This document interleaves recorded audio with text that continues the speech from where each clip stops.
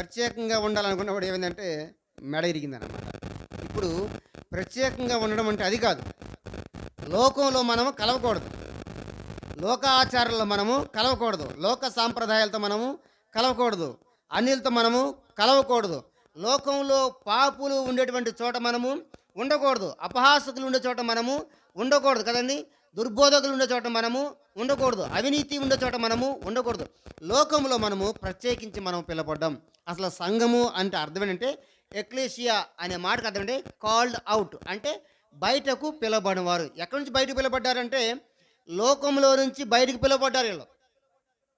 Exodus అంటే అర్థం ఏంటంటే బయటికి పిలిచాడు. అది ఎక్సోడస్. ఎగ్జిట్ అనే మాట ఉంటుంది చూడండి. ఎగ్జిట్ మాట మీరు ఎప్పుడైనా సినిమాల్లో మనకు కనపడుతుంది. సినిమాలో ఎగ్జిట్ అంటే బయటికి రావడం అని అర్థం. దాన్ని ఎక్సోడస్ అంటాం ఇంగ్లీష్లో. దాన్ని తెలుగులో నిర్గమాకాండము అంటే బయటకు వచ్చారు. ఎక్కడి నుంచి బయటకు వచ్చారు? ఐగుప్తి బానిసత్వం నుంచి బయటకు వచ్చారు. That is called exodus. నిర్గమాకాండము. ఎగ్జిట్ బయటికి రావడము. ఇప్పుడు చర్చ్ అంటే అంటే కాల్డ్ అవుట్ ఎక్లేషియా బయటికి రావడం. ఎక్కడి నుంచి బయటకు వచ్చారు?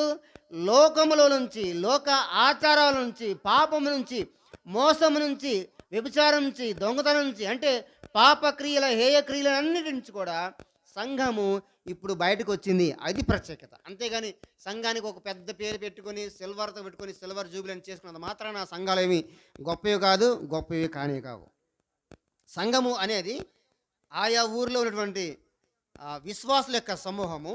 ఇదంతా కలిసి ఏమవుద్దంటే ప్రపంచమంతటా ఎవరైతే విశ్వాసులు ఉన్నో అది సార్వత్రిక సంఘంగా పోల్చబడుతుంది. ప్రభు వచ్చినప్పుడు ఇప్పుడు సిఎస్ఐ, పెందుకోస్తు, మన్నా, లేకపోతే లోథరన్, ఫెలోషిప్, బెక్సింగ్, బ్యాప్టిస్టు, ఇండిపెండెంట్ ఇంకా ఎలాంటి సంఘాలు కూడా వెళ్ళవు. కానీ సంఘములో ఉన్నటువంటి అంటే ఈ మందిరంలో ఉన్నటువంటి ఎవరైతే విశ్వాసులు ఉంటారో, రక్షించబడి ఉంటారో వాళ్ళు మాత్రమే సార్వత్రిక సంఘంగా చేర్చబడి ప్రభు వచ్చేటువంటి ఆ రెండో రాకడలు ఎదుర్కొంటారు. అదే నిజమైనటువంటి సార్వత్రిక సంఘము.